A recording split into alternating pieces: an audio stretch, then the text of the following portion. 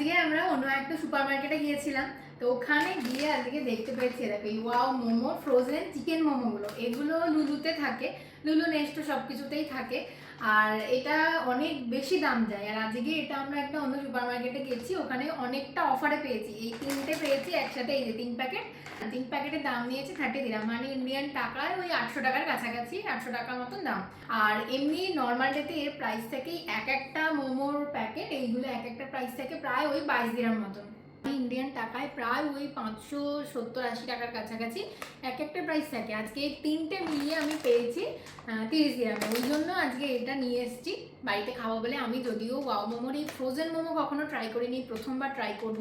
আমাদের কাছাকাছি একটা নেপালি রেস্টুরেন্ট আছে, তো ওখানে খাবো আমাদের প্ল্যানিংই ছিল। যেহেতু ওয়াও মোমোর এটা দেখতে পেয়েছি তাই জন্য নিয়ে এসেছি, বলি বাড়িতেই বানিয়ে খাবো। এটা হচ্ছে চিকেন চিজ মোমো। এই আজকে মোমোটা বানাবো রাইস কুকারে, স্টিম করার মতন এই জালটা আছে, তো এতে খুব ভালো মোমোটা হবে, মোমোটা স্টিম করা যাবে এতে।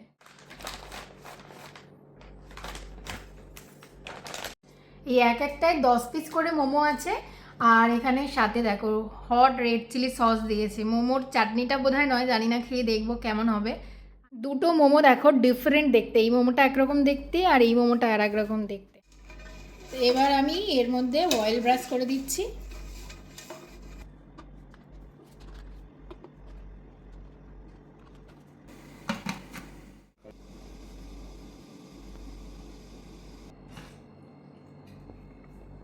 ওফ, মানে এই মোমোর গন্ধে আমার একদম জিভ দিয়ে জল গড়াচ্ছে। কত দিন পরে যে মোমো খাবো এখানে। একদম গরম গরম মোমো রেডি হয়ে গেছে, এবার শুধু প্লেটিং করবো আর খাবো। ফাইনালি রেডি হয়ে গেছে আমাদের চিকেন চিজ মোমো। ভীষণ টেম্পটিং দেখতে লাগছে, মোমোগুলো খুব সুন্দর দেখতে লাগছে। এবার খেয়ে দেখার পালা।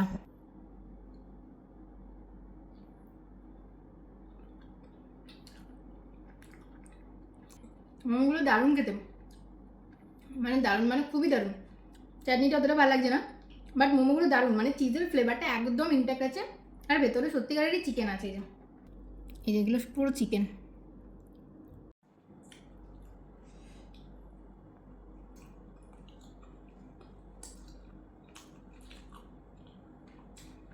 দারুণ খেতে, খুব সুন্দর। এই দেখো এর সাথে একটু টমেটো সস নিয়েছি, নিয়ে আর ওটা দিয়ে মিশিয়ে খাচ্ছি। এটা দিয়ে খেতে ভালো লাগছে, খুব সুন্দর লাগছে, ট্রাই করো।